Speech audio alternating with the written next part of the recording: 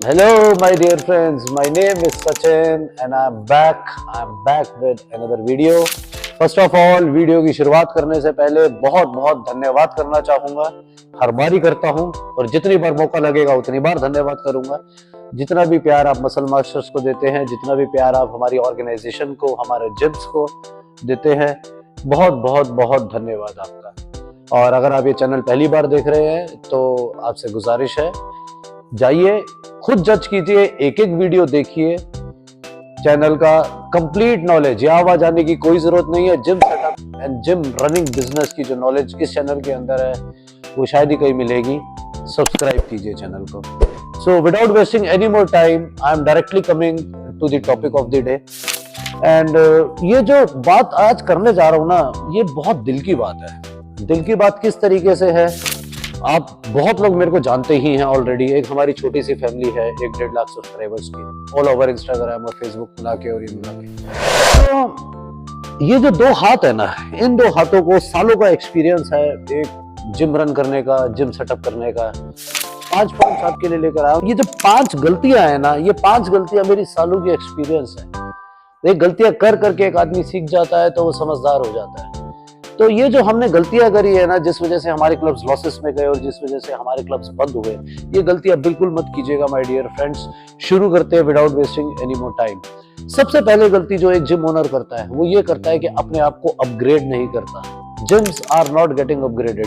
5 साल पहले एक प्रॉपर्टी खुली थी, 5 साल से वो प्रॉपर्टी वैसी की वैसी है और उस प्रॉपर्टी के अंदर किसी भी प्रकार की अपग्रेडेशन नहीं हुई। अपग्रेडेशन से मेरा मतलब है ना तो उसके अंदर कुछ मशीनें अपग्रेड की गई, अपग्रेडेशन से मेरा मतलब है ना तो उसके अंदर कुछ सर्विसेज अपग्रेड की गई, अपग्रेडेशन से मेरा मतलब है ना तो उस जिम के इंटीरियर्स अपग्रेड किए गए।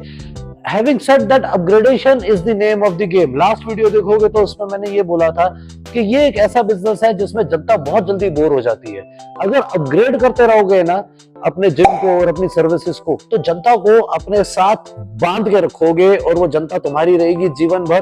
वो किसी और जिम में कभी भी नहीं जाएगी क्योंकि वो तुम पे इनिशियल ट्रस्ट कर चुकी है, तुमको इनिशियल फीस मिल चुकी है। सो पहली गलती, अपने आप को कभी भी अपग्रेड करना मत छोड़ना। एक छोटी सी काफ की 12,500 की मशीन भी अपग्रेडेशन है। एक फोरआर्म की 12,500 रुपए, 15,000 रुपए की मशीन भी अपग्रेडेशन है। एक बॉक्स रॉड भी ले आओगे ना जिम के लिए, वो भी अपग्रेडेशन है। 4 लाइटों के रंग बदल दोगे ना, वो भी अपग्रेडेशन है। So keep on upgrading yourself, keep on upgrading. This is point number 1। Second mistake, biggest mistake, 99.99% gyms ये मिस्टेक करते हैं। 100% में से इक्का दुक्का होगा जो नहीं करता होगा। 99.99% जिम मिस्टेक्स करते हैं। जिम की मशीन्स खराब है, जिम के एयर कंडीशनर्स नहीं चल रहे हैं, जिम की लाइट्स फ्यूज है, जिम की फ्लोरिंग फट गई है, लेकिन किसी भी हालत में आप तो मेंटेनेंस कराने के लिए तैयार नहीं है। मेंटेनेंस कराएंगे तो पैसा लगेगा ना उसके अंदर, लेकिन पैसा जब तक नहीं खर्च करोगे तो पैसा मांगने लायक कैसे बनोगे मेरे भाई। So the point of submission here is don't stop maintaining your property. अपना छोटा बच्चा होता है ना, उसको हल्की सी खरोच भी लग जाती है यहाँ पे तो भागते डॉक्टर के पास पट्टी कराने के लिए। तो इसी तरीके से जो जिम है ना, वो जिम तुम्हारा छोटा बच्चा है। उसका कहीं से इतना सा भी पेंट उतर गया ना, उसके ऊपर वहां पे उसको पेंट करवाओ, मेंटेनेंस करो। मेंटेनेंस, डंबल टूट गए चेंज करो, दर्द सहो, फंडिंग उठाओ, पैसा नहीं है तो फंडिंग वाला वीडियो देखो एक बार जाके। However, अगर नॉन मेंटेनेंस रखोगे जिम के अंदर, कस्टमर के पास एक एरिया के अंदर 40 जिम है, तुम्हारा जिम छोड़ते हुए देर नहीं लगेगी boss. Point number 2। Point number 3 is the most important thing, जो मैंने कई जिमों के अंदर, बड़े से बड़े जिमों के अंदर जाके देख लिया यार। एक जिम के अंदर एक हाइजीन नाम की चीज नहीं है, एक जिम के अंदर सफाई नाम की चीज नहीं है।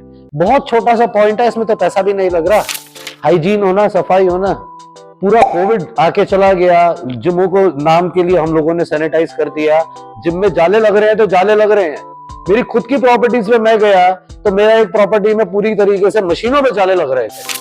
मशीनों को हटा के देखा तो नीचे इतनी गंदगी पड़ी हुई है। तो बस hygiene is something where a person like Sachin Kohli will never enter अगर उसको जिम के अंदर हाइजीन नहीं मिलेगी। 3 पॉइंट डिस्कस कर चुका हूं, ध्यान से सुनो। अपने आप को अपग्रेड करते रहो टाइम टाइम के साथ, अपने जिम को कंप्लीटली मेंटेन रखो। तीसरा, जिम के अंदर 100% सफाई रहनी चाहिए। सफाई से मेरा मतलब है हाइजीन। मेन प्रॉब्लम है जिम्स के वॉशरूम्स। कभी जिम के वॉशरूम के अंदर आप अपने घर का वॉशरूम, जिम का वॉशरूम, क्या आप उस वॉशरूम में खुद जा सकते हो? अगर आप उस वॉशरूम में खुद जा सकते हो तो आपका क्लाइंट उस वॉशरूम के अंदर जा सकता है। Washroom is the biggest hygiene problem in most of the properties. चौथी गलती क्या है कि हमको सब कुछ पता है, कस्टमर ने तो 2000 रुपए दिए तो कस्टमर यहाँ का बाप थोड़े ना हो गया, पता तो हम ही को सब कुछ है। No boss, every customer is a god and listen to your customers feedback. Customer basically में बोलना क्या चाह रहा है, हर फीडबैक चाहे वो गलत है चाहे वो सही है, वो आपको इम्प्रोवाइज ही कर रहा है, आपको इंप्रूवमेंट की तरफ लेके जा रहा है। You have to hear your customer feedback.